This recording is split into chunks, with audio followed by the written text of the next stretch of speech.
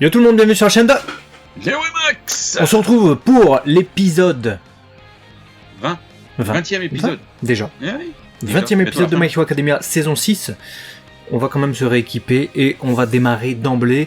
C'est bien le petit résumé en début d'épisode parce que ça m'a rappelé que Grand Torino avait dit à Izuku pas de pitié pour les croissants. Non, c'est pas ça. Il a dit pas de pitié pour Shigaraki. Il a dit vas-y tue-le. Y en a marre, des fois ça offre le salut de tuer les gens. Alors, je me suis dit qu'il s'y raconte vieillard là. Parce que j'avais oublié ça. Il y a pas le choix, tiens vas-y prends ma couette qui est dégueulasse, tiens. C'est ça. Hey. Bon, il lui a donné son plaid dégueulasse qu'il a enfilé, du coup on est reparti. Le partenaire de la chaîne Ma Borne d'Arcade vous souhaite une bonne vidéo. C'est le spécialiste des bornes d'arcade, Pincab, Flipper et Babyfoot. Il s'occupe de tout de A à Z sur Dunkerque, garantie 100% français. Allez, on retourne à la vidéo. Il pleut, hein, et puis on voit une fille qui court et qui se fait geler par des connards armés. Ça nous rappelle un peu ce qu'on avait vu dans les précédents épisodes, c'est-à-dire que les civils commencent à s'armer eux-mêmes en fait. Ils n'ont plus confiance en les héros, du coup ils s'arment eux-mêmes pour se défendre, sauf que on voit aussi la ségrégation, la discrimination, le racisme et tout ça. Shira Kinuki nous en avait parlé, notamment avec une scène qui avait été décalée à un moment donné dans My Hero Academia, avec comment il s'appelle, Spinner, qui était victime aussi de racisme de la part d'un clan qui c'était un peu le Ku Klux Klan quoi. Là de la même manière on voit des civils, ils voient une furie qui fait 2m50, ils font c'est qui celle-là, je suis sûr elle est méchante, vas-y on lui tire dessus. Izuku arrive. C'est abusé. Et heureusement qu'il arrive, s'il la sauve, il fait un peu la morale, il leur dit ouais c'est bon vas-y je vais m'en occuper, il fait noir donc pourquoi tu tires sur le premier venu, ils font ouais mais il fait noir aussi. C'est ça ta défense? Ouais, c'est ça son excuse, les gars. C'est eux qui la poursuivent, tu sais. Tu sais, sophistiqués de ouf, mais ils ont pas de lampe torche, ces fils de pute. Bon, bref. Voilà, donc à un moment donné, faut arrêter d'être aussi méchant. Et être méchant, c'est pas bien. Oui, 8 ans un parapluie. Gentil, gentleman. Il se le ramasse sur la gueule, le parapluie, c'est juste ça le problème, quoi. Jusqu'au moment où elle a décidé de pleurer, le parapluie lui tombe sur la tête à Izuku. Bon, Izuku, il est un peu victime dans tout ça, là.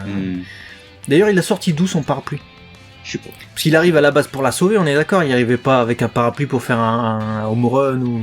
Je me demande si c'est pas elle qui avait son parapluie qui l'a fait tomber quand elle s'est fait agresser par les autres. Ah, c'est possible. Je me demande, je sais pas. Mais elle a pas l'air d'avoir beaucoup d'attaches pour ce parapluie, puisqu'il décide de tomber plusieurs fois, j'ai l'impression quand même. Ouais, j'ai l'impression aussi que... Ouais, histoire de parapluie dans cet épisode. Bon, All Might arrive. All Might, il arrive, et c'est lui qui va la mettre à l'abri, il balance un bento comme ça, il fait vas-y, faut manger et tout, reprends des forces et tout, je te fais c'est sa mère. All Might c'est devenu la mère d'Izuku, c'est tiens vas-y je te fais un bento et tout, vas-y mon petit. Voilà, bon bah écoute, pourquoi pas, c'est vrai qu'il faut qu'il mange, il s'inquiète là, il mange pas beaucoup, il te fait pas beaucoup dodo et tout, qu'est-ce que tu dois faire et tout. Sa mère, c'est sa mère. D'ailleurs en parlant de Paris, il y en a un autre qui se met à parler dans cet épisode dans la tête des gens, vous savez, il y a des gens comme ça. Ne me demandez pas pourquoi, et machin, les gens parlent dans ta tête, c'est comme ça. C'est Banjo. Il y a Banjo, il fait je me souviens et tout. Moi, ça me rappelait pas que quand c'était la catastrophe, avec les phénomènes paranormaux et tout. On apprend un truc de ouf, hein. C'est-à-dire que... Enfin, on apprend un truc de ouf. Moi, j'ai trouvé ça intéressant parce que, pour une fois, on est plongé dans un truc qui nous était très survolé, en fait, jusqu'alors dans My Hero Academia. C'est-à-dire que, début de série, on te dit maintenant tous les humains ils ont des super pouvoirs, des machins, etc. Du coup, il y a la Hiro Shakai, donc la société des héros, etc. qui a décidé d'être créée, et il y en a qui deviennent des super héros, tandis que les autres civils, ils doivent apprendre à vivre avec leurs pouvoirs. D'accord. Là, vraiment, on est plongé dans un truc un peu plus profond, c'est-à-dire que c'est la naissance de cette société-là où les pouvoirs, les alters, ont commencé à se répandre. Banjo date de cette période. Il dit, moi à mon époque, je comprends pas aussi, c'était le bordel, c'était le brin et tout, il y avait de la merde et tout dans la ville et tout. Donc en fait, il vivait... J'arrive pas à le faire autrement, Banjo. Il part tout seul. En fait, tu le fais, il part tout seul, tu décides pas de ce qu'il va dire. Ouais, tu peux pas choisir, c'est comme ça. Mais du coup, il date, ce gars, d'une époque où finalement rares étaient ceux qui possédaient des alters en fait. Ça commençait seulement à se répandre, à se démocratiser. Ouais, c'est ça. Ouais. Intéressant.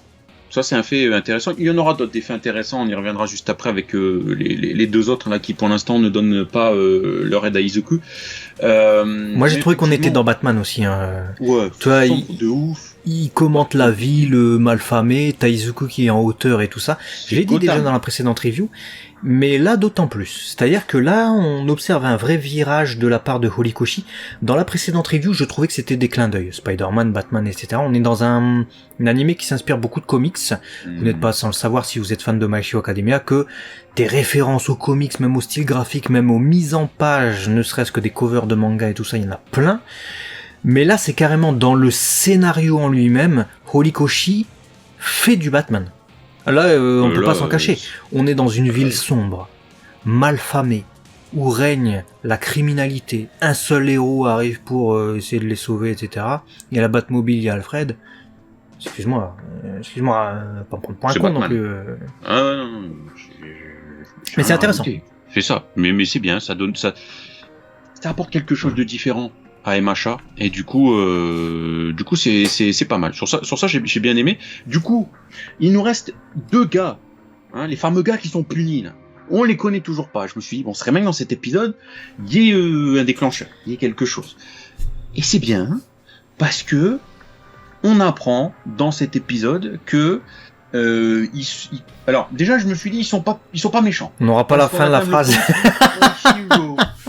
My Hero. Ouais, ils appellent My Hero, je me suis dit, bon, ils n'ont pas appelé FDP, tu vois. Ouais, mais pourquoi My Hero à mon avis, le bleu c'est My Hero et le orange c'est Academia. Je pense que c'est ça. Non, mais attends, mais est-ce comme je te disais en off, moi il y a un truc qui m'a interpellé, c'est que bon, on voit que le premier c'est celui qui a sauvé enfin le premier, celui avec ses cheveux orange, c'est celui qui a sauvé le premier, le petit frère de All for One. Bon voilà, ça on le voit. Ok, mais le gars il débarque pas tout seul, puisqu'il débarque avec l'autre avec sa queue de cheval. Donc je me suis dit, si lui c'est le troisième, le rouquin là, qui se la joue Staskid de One Piece, genre ouais je suis rebelle et tout, t'es qui et tout, frère t'as tenu 2 semaines avec le... Ouais, mais il est mort précipitamment. Après, son seiyuu, c'est Daisuke Ono, hein. C'est quand même lui qui fait Erwin dans Shingeki no Kyojin. Ouais, donc c'est pour ça. C'est pour ça, il a foncé tête baissée à mon avis, et puis voilà, je vois que ouais, c'est ça.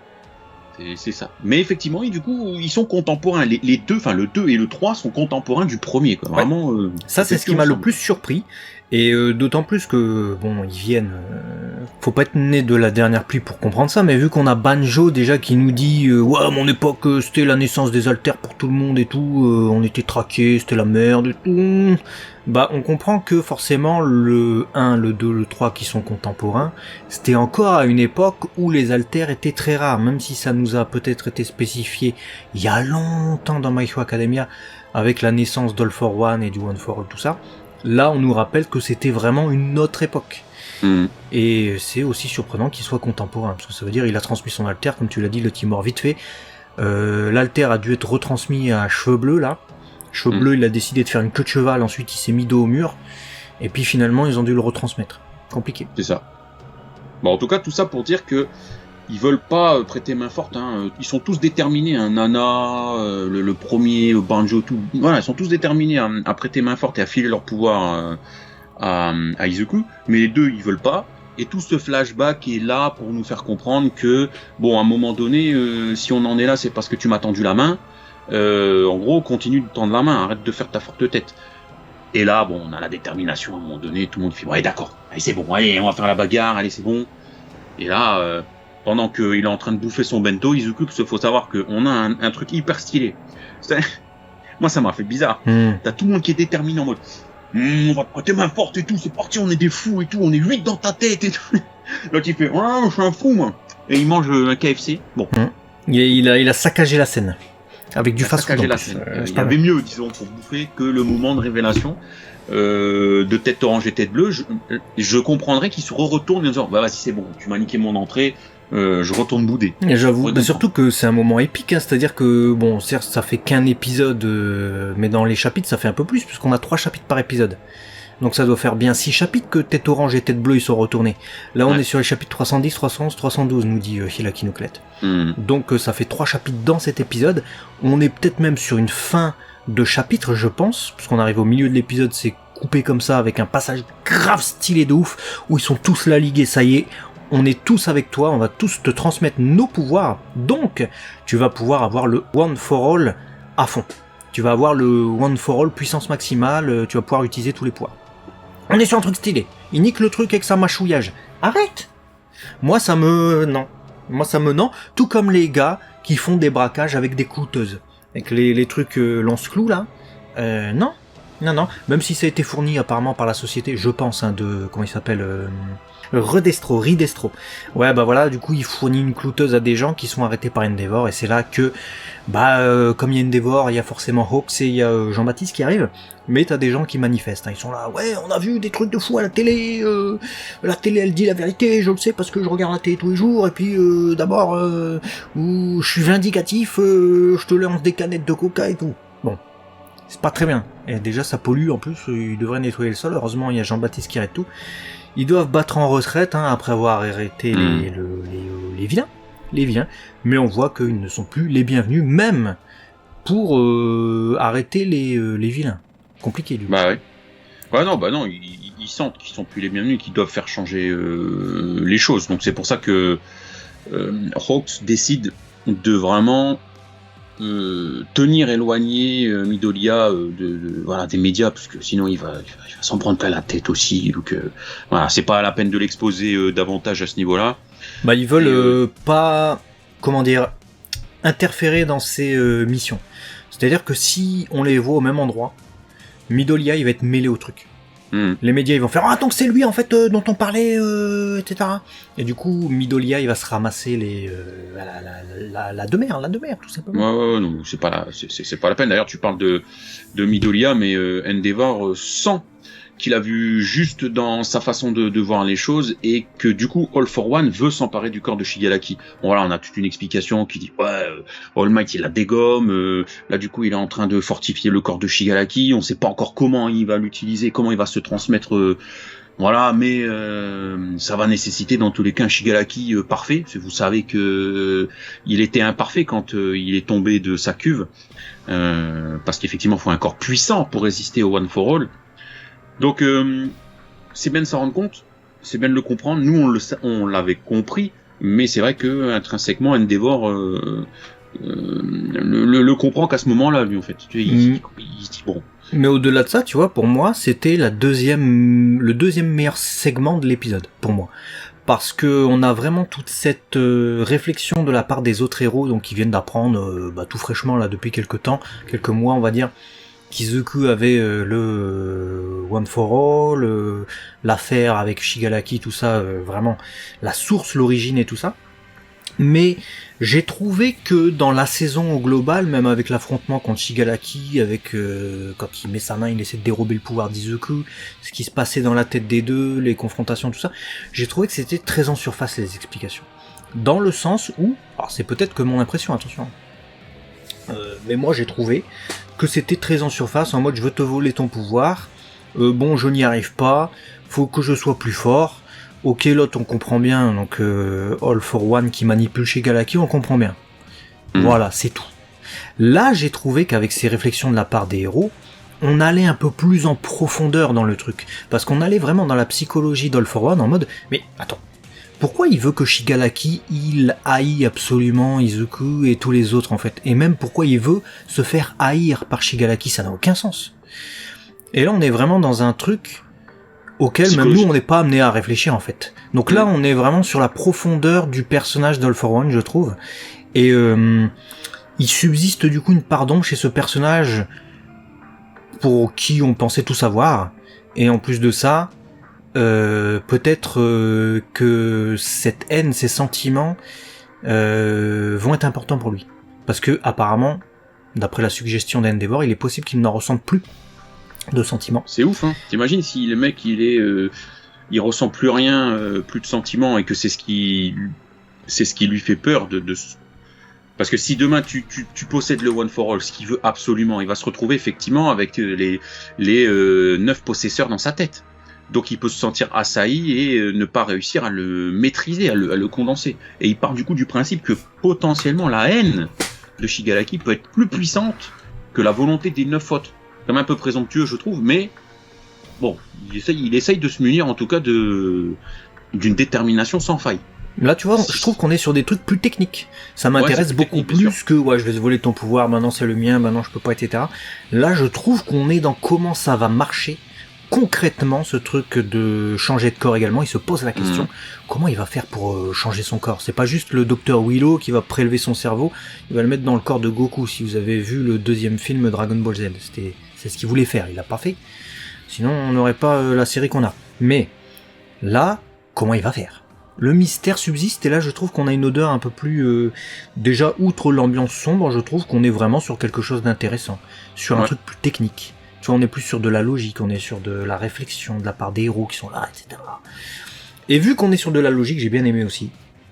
Ils sont là en train de tracer Izuku, ils regardent ses déplacements, parce qu'il faut le tenir à distance. Enfin, eux doivent rester à distance et pas trop intervenir pour pas griller Izuku, mais ils se font intercepter. Donc là, tu te dis, Izuku se fait tirer dessus, il se fait casser son tracker, mais en plus de ça, All Might se prend une bombe et les autres se font intercepter aussi. Tu te dis, il y a quelqu'un qui sait qu'ils sont tous là, et qui tente de leur tendre un piège, donc ça veut dire que la personne est bien informée. Et en plus de ça, qu'elle fait bien les choses.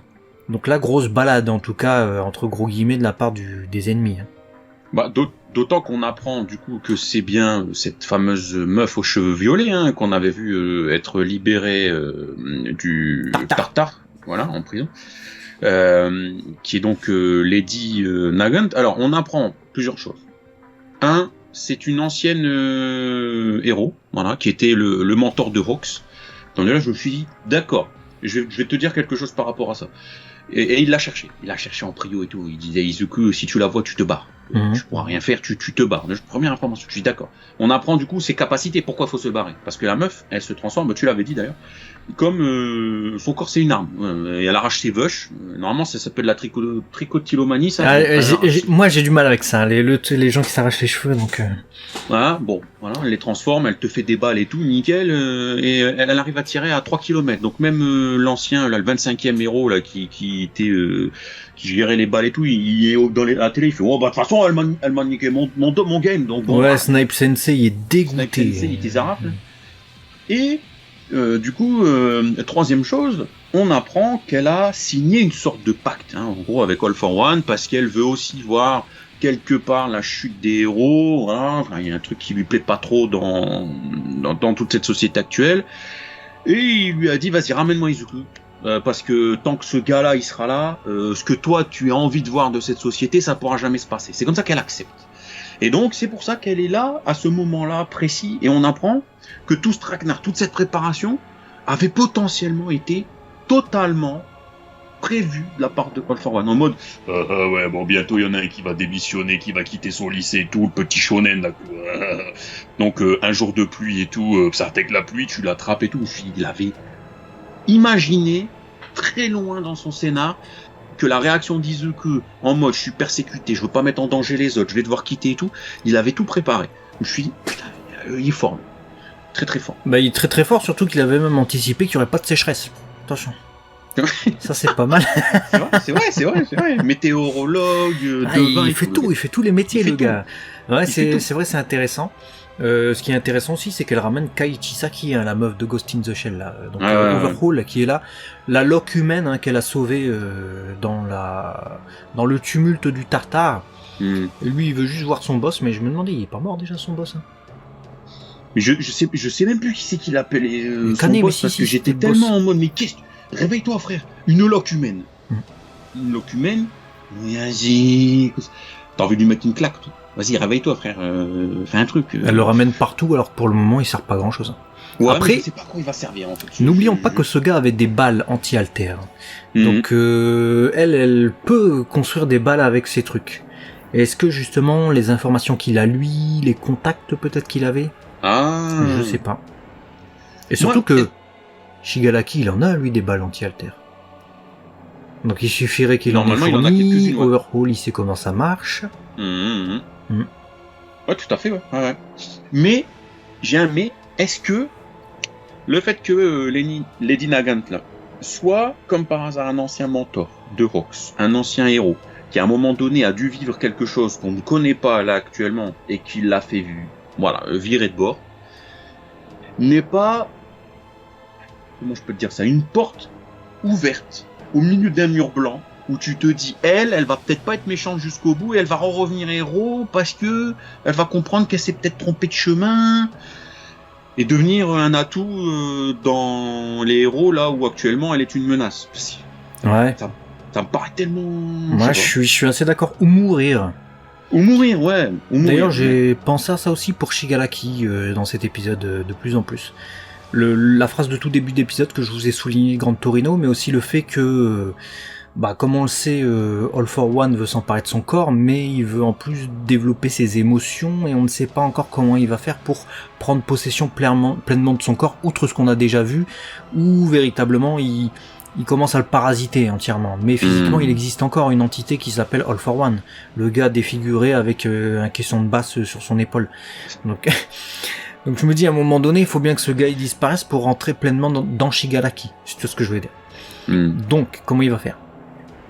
Je me dis, Shigaraki peut mourir, et là ça peut être le drame. C'est-à-dire qu'au moment où Izuku veut sauver Shigaraki, puisque c'est quand même une ambition qu'il a, et encore une fois, cette idée plane dans cet épisode, puisque c'est la raison pour laquelle numéro 2 et numéro 3, la Tic et Tac, ils sont dos au mur. S'ils veulent pas de cette connerie, ils font, ouais non, nous on veut pas sauver l'autre là, l'héritier de All for One, pas question, etc. Donc cette idée subsiste dans l'épisode. Donc c'est ce qu'il veut profondément Izuku. J'ai l'impression que peut-être il pourrait ne pas y parvenir, et le drame ça serait d'être confronté à ce gros méchant, le méchant final, qui serait All for One, qui s'empare du corps de Shigaraki. In fine, Shigaraki meurt au moment où Izuku veut le sauver. Surtout que, tu vois, petite théorie de fin, si Lady Nagant se retourne et revient du côté des héros, en ayant possession à un moment donné d'une balle anti-alter, vu comme elle tire de très loin, elle peut très bien... Mettons, t'as un combat final dantesque où t'as All for One contre... qui possède Shigaraki ou qui essaye de le posséder contre Izuku ou je sais pas quoi, et qu'il faut arrêter un alter qui est en train de faire tourner le combat en faveur des vilains. Imagine, elle est à 3 km, bam, elle balance une bombe anti-alter, et au moment où il se passe un truc où genre Izuku serait mort, pac, il se prend un impact, tu vois. Et elle est la clé quand même pour tirer une balle.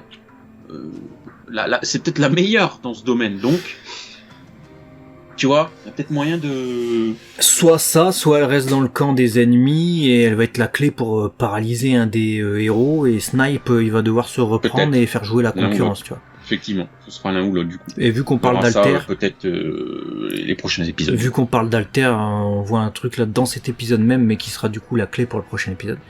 Elle a 2 alters maintenant, parce qu'on voit que t'as All for One qui lui a donné le Airwalk. Donc en anglais, Airwalk, marcher dans les airs. Du coup, elle peut flotter comme Izuku. On va avoir un combat aérien dans le prochain épisode. Ça, donc on verra ce que ça donne. En tout cas, c'est très intriguant. Dites-nous dans les commentaires ce que vous avez pensé de cet épisode et de ses tournures. Et puis nous, on se retrouve de toute façon très vite sur la chaîne de Léo et Max, bien entendu, si vous êtes abonnés. Bien entendu. Voilà, faut s'abonner. À très vite, ça nous fera plaisir. En plus, je pense qu'on va découvrir un peu du passé de Lady Nagant dans le prochain épisode. À très vite en tout cas, sur la chaîne de Léo et Max. Des bisous. Ciao.